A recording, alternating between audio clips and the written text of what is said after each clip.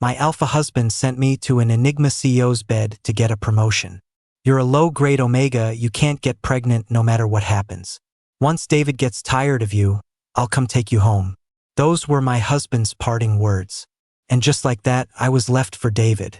David wasn't the powerful man I'd imagined. He treated me with a tenderness and respect I'd never known.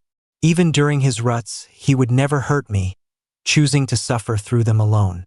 Later, surrounded by what I thought was his love, I got pregnant. But just as I was about to tell David the news, I overheard him talking to his friend. He's just a stand-in. Now that Finn is back, it's time to get rid of him. So hot, I feel awful. I writhed on the massive hotel bed, uncomfortable in my own skin. A single hot tear traced a line down my cheek. Sam really just handed me over. Oliver, this promotion is so important. I've worked for so many years, waiting for this one chance. Please just help me. I remembered that morning, how Sam had knelt at my feet, shamelessly begging and crying. My heart shattered right then and there. You're a low-grade omega, so you can't get pregnant. Once David gets tired of you, I'll come take you home. Sam was a blubbering mess, swearing he wouldn't think I was dirty when I came back, that he'd love me even more than before. I know I shook my head no. Here in the city, everyone knows David is cold, ruthless, and hates being manipulated more than anything. Sending someone to his bed was a death sentence. I'd never even met the man. If he found me lying in his bed, he would destroy me. But Sam didn't listen. He just knocked me out. When I opened my eyes, I knew. It was the first day of my heat, and the entire room was already thick with my pheromones. A pungent floral scent clung to every corner. I bit my lip, trying to control my ragged breathing. That bastard, Sam. He'd tied me to the bed with rope. I couldn't even call for help. Sweat beaded on my skin as the primal ache grew stronger. Just then, the door swung open. David walked in, loosening his tie and rubbing his temples. The moment he stepped inside, the aggressive, overwhelming pheromones of an enigma flooded the room. A soft cry escaped my lips. The enigma immediately smelled a scent that wasn't his own. His territory had been invaded, and his dominant pheromones became oppressive, demanding submission. He walked slowly toward me, his brow furrowed. I watched his tall frame and broad shoulders approach, and every nerve in my body trembled. David stopped at the foot of the bed. The dim, yellow light of the room cast his face in shadow, making his expression unreadable. I squinted, fighting to keep any embarrassing sounds from escaping. "Who are you?" David grabbed my chin, studying my face. I was shaking from head to toe. Maybe I was imagining it, but the second he saw my face, his aggressive pheromones instantly softened. "Oliver," I whispered. A blush crept up my cheeks. I was too ashamed to look him in the eye. He must think I'm some cheap slut. He's gonna humiliate me, I just know it. Waves of heat washed over me, one after another. David's long fingers were still pressed against my chin. My body went limp. As a low-grade omega, I don't have much control over my body. Especially during my heat, the instinct to seek out a partner can make me lose all reason. Right now, his knuckle was resting just below the corner of my mouth. It was like someone who'd been wandering the desert for a month, suddenly finding an oasis. I wanted. My damn instincts acted faster than my brain. My tongue darted out, and I took his finger into my mouth. The next thing I knew, everything went black. When I woke up again, the room was empty. My weak body was no longer burning up. Only the cool sensation of a suppressant patch on the back of my neck remained. David hadn't thrown me out. In fact, he'd even been kind enough to give me a suppressant patch. I touched the back of my neck. Maybe David wasn't as cruel as the rumors said. After pulling myself together, I headed straight home. I couldn't believe Sam actually had the nerve to be waiting for me at the door. The moment I walked in, he pulled me into his arms, desperately sniffing my neck. "David didn't touch you?" Even knowing Sam was a self-serving jerk, I never thought he'd skip asking if I was okay and go straight to grilling me. Couldn't hold back. I slapped him across the face. "What, are you disappointed your husband didn't get screwed by another man?" "Sam, I want a divorce." The divorce from Sam went smoothly. Later, I heard from a mutual friend that Sam got his promotion. I just laughed when I heard. Now, I was working as a background actor on a film set. Today, the director announced the investor was coming to visit, and we'd all go to dinner tonight. I never expected the investor to be David. When his signature Maybach pulled up in front of the set, everyone instinctively turned to look. And just like that, with all eyes on him, David got out of the car himself to greet the A-list actor, Alex. I'd heard the gossip before. Alex, a high-grade Omega from a prominent family, was the perfect candidate for an arranged marriage with David. I had no idea if David recognized me when he walked past. I hoped not. After dinner that night, everyone else left. As I was waiting for my ride, David's Maybach pulled up in front of me. Get in. I hesitated, unsure of what he wanted. I was terrified he'd recognized me and was about to deliver some delayed punishment. I couldn't move. Alex asked me to give you a ride. I was friendly with Alex on set, sure. But that didn't mean his fiancée should be giving a ride to someone who'd brazenly thrown himself into his bed. Car horn blared behind us. I looked at David's sharp eyes and reluctantly got in. Why so timid? You weren't like this when you were sucking on my finger. The door had barely closed when he said it. For a second, all I wanted to do was throw the door open and run. Thankfully, after that shocking opener, David got busy with work on his tablet. After moving out of Sam's apartment, I'd rented a small room in a cramped alleyway. The car couldn't possibly fit. I was planning to walk the rest of the way myself, but to my surprise, David actually stooped to getting out of the car with me. On the dark little path, a powerful enigma was walking silently behind me, watching over me. I had to admit, I felt a lot safer than when I walked here alone, constantly on edge. When we reached my door, I thanked him, feeling a little awkward. David stared at my face quietly, lost in thought.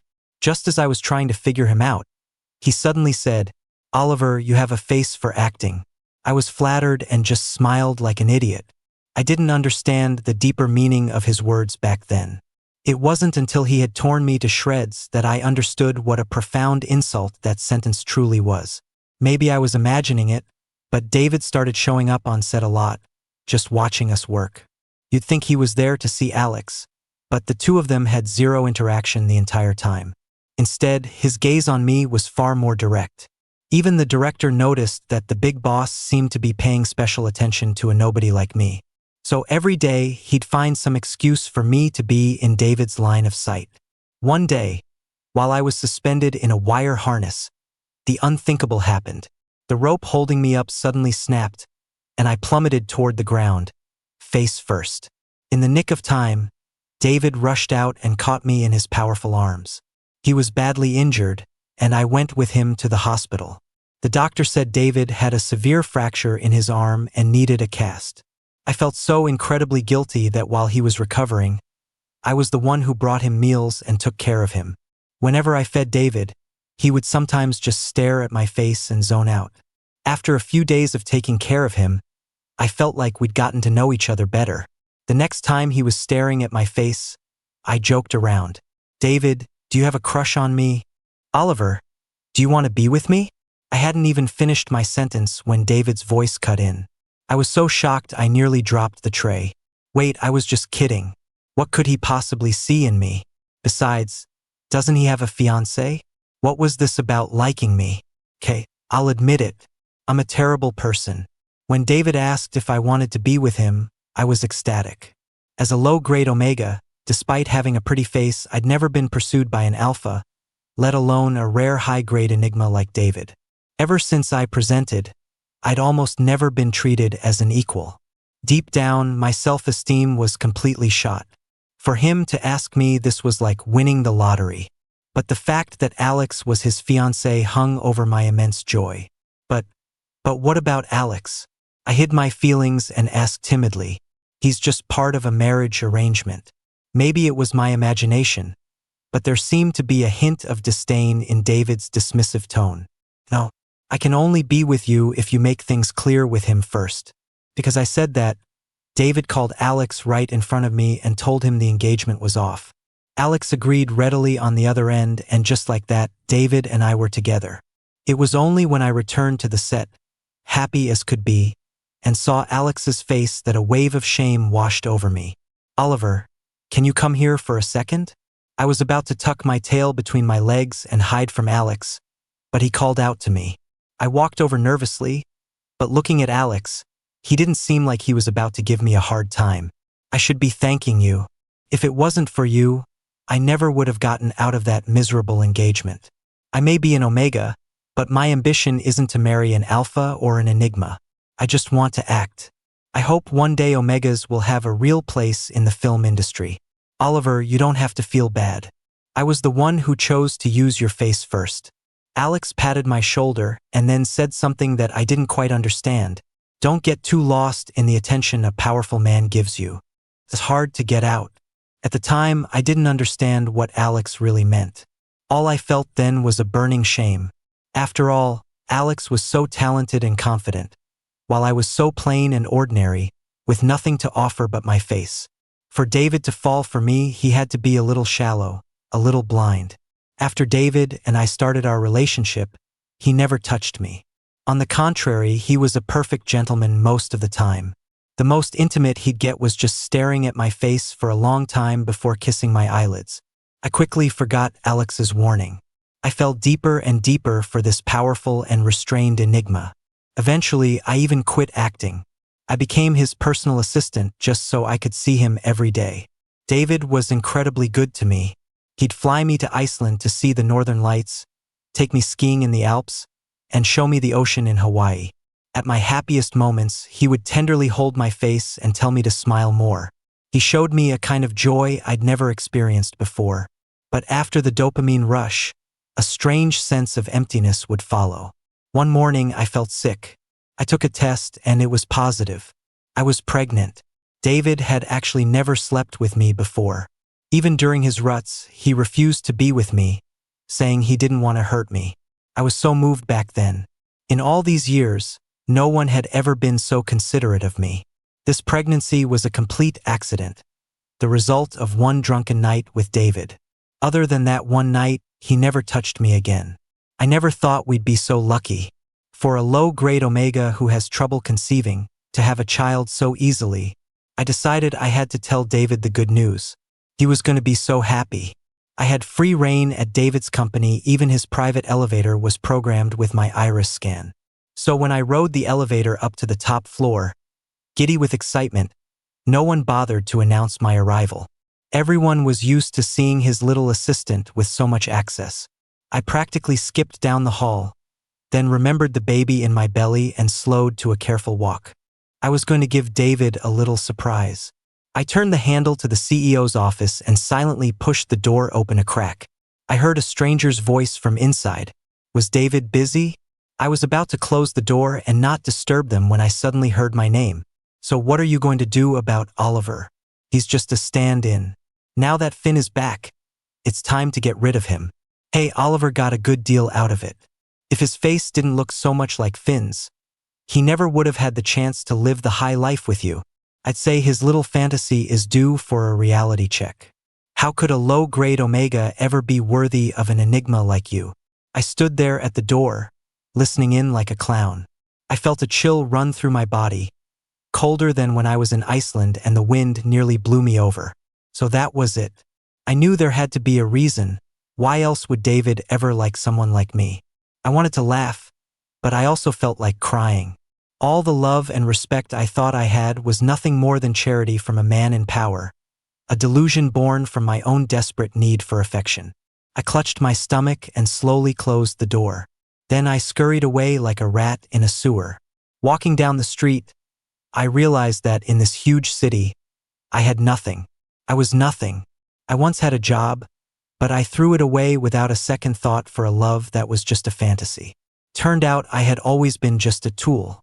First, Sam used me for a promotion. Then, David used me as a living portrait to stare at while thinking of someone else. No one had ever truly loved me. I crouched down in misery, a wave of nausea hitting me. Hey, are you okay? A clear voice cut through my dark, suffocating thoughts. I probably looked hideous and pathetic, so I didn't answer. The next second, I was lifted into a warm embrace. The The scent was a light citrus. I was swept up into someone's arms. I looked up and saw that the person holding me looked so much like me. Of course, he was much more refined. So, this was the Finn David was talking about. Compared to him, I was nothing but a cheap knockoff. Why is the world so small? 1 second I was hurting because of his existence, and the next he was bursting into my life like a ray of sunshine. For an Omega, Finn wasn't weak at all. He carried me to a nearby clinic without even breaking a sweat. Your face is so pale. What's wrong? Tell the doctor, don't worry. Finn seemed more concerned about my health than I was. I felt even more worthless. So this is what it feels like to be completely outshone. Finn had the doctor give me a full checkup. My emotional distress had caused a hormonal spike that was affecting the fetus, which explained my physical reaction. When Finn found out I was pregnant, an expression of pity flashed across his face. I pretended not to see it. Finn must be one of those people who are naturally good to others. He probably thought I was some poor Omega, heartbroken and abandoned while pregnant. So he took it upon himself to stay with me at the clinic. Hi, I'm Finn. What's your name? Oliver.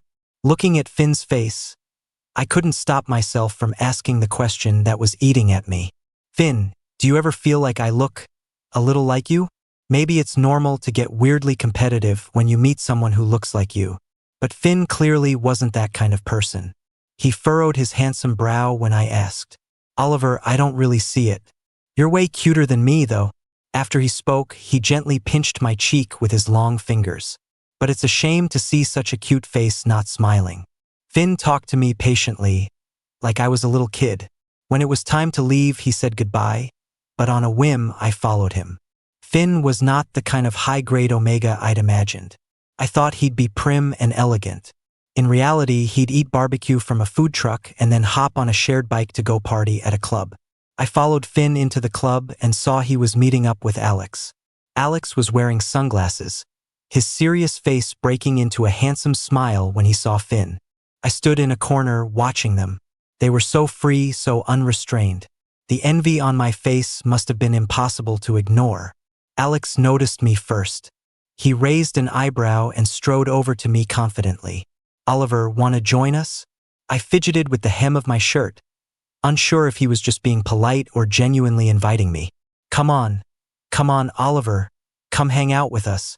Finn had appeared behind me at some point. He wrapped an arm affectionately around my waist, carefully guiding me toward their booth. Alex just smiled and pushed a drink toward me. Oliver can't drink, he's got a little one on the way. Finn was close, leaning over my shoulder to whisper the reminder. What are you two whispering about? Alex teased. I put a hand on my stomach, and his words from before echoed in my mind. Don't get too lost in the attention a powerful man gives you. Maybe Alex was trying to warn me back then, but I was too naive to understand. I'm pregnant. I can't drink. I lowered my head and heard the sound of a glass shattering on the floor. You and David aren't even married? I had a feeling Alex probably knew that I'd be cast aside once Finn came back. He probably didn't say more to spare my pathetic pride. At this moment, I didn't dare look at Finn's face. He must have put it all together by now, that I'd used my resemblance to him to get with David. Hey, Alex, give it a rest. In the dead silence, Finn scolded Alex before coming over and putting an arm around my shoulders. Oliver, if you're not happy right now, you should sing. You have such a nice voice, you must be a great singer. I could tell Finn was trying to comfort me, but now that he knew I'd been with David, I wasn't sure what he was really thinking, or if he even cared. Finn. I felt ashamed and couldn't look him in the eye. Oh, Oliver, I know what you want to ask. Don't worry, I can't stand David. If you hate him now too, then we're on the same side. Finn grinned and ruffled my hair. Seeing my miserable expression, he started telling me about his history with David. Finn and David had grown up together, once inseparable friends and partners. Finn admitted he had a little crush on David before they presented. But after he presented as a high-grade Omega, David suddenly started shutting him out of their business ventures. David even used some underhanded tactics to kick him out of the company they'd started together. And the reason he did it? He believed Omegas shouldn't be in the spotlight. They should be at home, learning etiquette and waiting to be married into the family. From that moment on, Finn stopped liking David. He realized what an idiot he'd been. He decisively left the country. And that's when David began his long search for Finn's replacements. Over the years, David had found at least 8 or 10 stand-ins. The funny thing was, every time he heard Finn was back in the country, David would quickly ditch whatever stand-in he had and start trying to win Finn over again. Finn was absolutely disgusted by David's antics. After hearing Finn's story, my feelings were a complicated mess. I wasn't even the only stand-in, and I used to fantasize that David actually loved me. I was so starved for affection I'd become delusional. The bar was loud, the thumping music drowning out my phone's ringtone. It was only when I checked my phone that I saw dozens of missed calls from David. Before, I might have panicked, but now it barely caused a ripple. Since I was pregnant, I didn't drink with Alex and Finn. After they'd had their fill, Alex's manager came and dragged him away, while a drunk Finn draped himself all over me. He clung to me like a needy kitten. Beneath the faint smell of alcohol, I could smell sweet citrus. Oliver, Oliver. Finn whined my name as I half carried him out of the bar. The moment we stepped outside, my eyes met David's. He was leaning against his Maybach, smoking. He shot me an impatient look, but when his gaze moved to Finn hanging off my shoulder, his eyes lit up. Finn.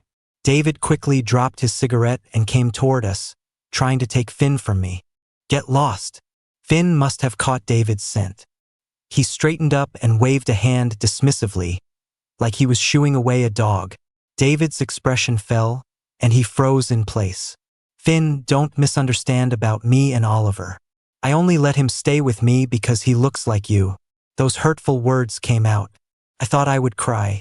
But then I remembered David's countless other stand-ins, and how he probably spouted the same line every time he ran into Finn, and I almost wanted to laugh. Are you nuts? Misunderstand what, you moron? Were the 2 punches I gave you last time not enough? Is your face itching for another beating?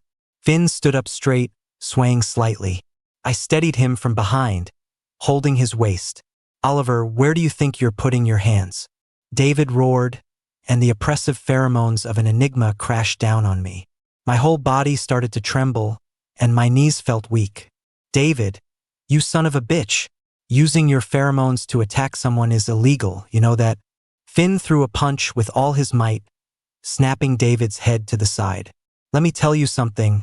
I like it when Oliver touches me. What's it to you? Who the hell needs your self-serving, performative bullshit? You're a condescending, arrogant asshole. Now get lost. Go cool off somewhere else and stay out of my sight. Finn took my hand and was about to leave, but David, clutching his face, grabbed my arm. Oliver, come back with me. I can overlook your disobedience today, David said, his voice cold. Oh, wow. Looks like you're still asking for it. Finn raised his fist again, but I grabbed his arm. David probably thought his little simp was back, trying to protect him. A smug smirk touched his lips. I pursed my lips, unable to stop myself from rolling my eyes. Finn, you hit him too hard. Your hand is all red. I took Finn's hand and gently blew on his knuckles. Let's go. I'll take you home. David's face was as black as thunder. Finn was grinning from ear to ear. Oliver, you're so cute. Being praised so directly by Finn made me blush. I pulled my arm free from David's grip and went home with Finn. On the way, Finn started acting like a total drunk. To take care of him, I ended up crashing on his bed for the night. We were both omegas anyway. It's not like any sparks would fly. No need to be weird about it. When I woke up the next morning, I found myself lying next to Finn. He was in a robe, propped up on his elbow, watching me with an amused look. It was strange seeing a face so similar to my own so close. I turned over, wanting to go back to sleep with my back to him. Oliver, are you shy? Finn playfully pounced on me, tickling my stomach. I'm incredibly ticklish, especially around my waist. The moment he touched me, I couldn't stop laughing, my breathing turning ragged. Finn stopped messing around. I cupped his face and pushed his head away. It was early morning, and my control over my pheromones was a bit weak.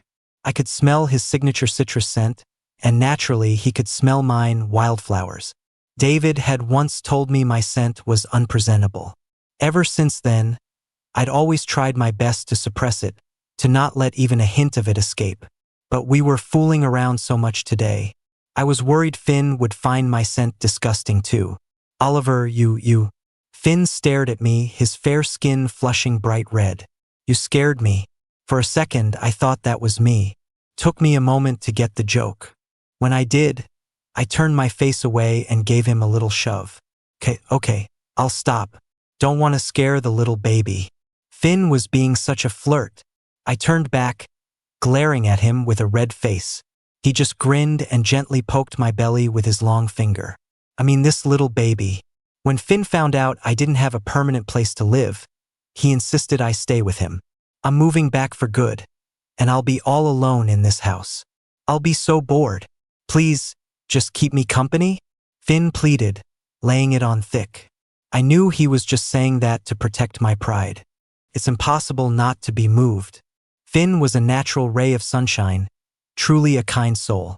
I felt a pang of shame thinking about how I used to secretly compare myself to him. Then I won't stay for free. I have to pay you rent. Finn readily agreed. And just like that, I moved in with Finn. At first, I tried to find a job until Finn happened to see one of my drawings. This is beautiful. He held my drawing up to the light to admire it. I was so embarrassed I wanted to snatch it back. Before I presented, I loved to sketch and paint. My family saw my talent and was planning to support me. Unfortunately, I presented as a low-grade Omega, and that was the end of that. My family cut me off financially and married me off to Sam. I hadn't had a chance to pick up a paintbrush since. Seriously, Oliver. Right now your technique just needs a little formal training, but I can see you have a real gift. How about this? I'll send you to art school. I bet you'll be a world-famous painter one day. I stood there, stunned. I loved painting, but I was afraid I wouldn't amount to anything and would end up disappointing Finn. Come on. Don't you want the little baby in your belly to have a painter for a dad? It's settled. Just don't forget about me when you're famous. Finn was a man of his word. He immediately called Alex and had him find a master in the art world to teach me personally. Rediscovering painting finally gave my life a sense of direction again. Even though Finn was a busy CEO, he'd spend his free time with me in the studio and take me to my monthly prenatal checkups. I never expected to run into David at the hospital when I was 6 months pregnant. Finn was carefully helping me as we walked out of the main entrance, laughing and talking. David's car was parked right in the middle of the driveway. He got out when he saw me. Oliver, stop this nonsense. You're pregnant. Come home with me now, be good. I'll give you the best medical care.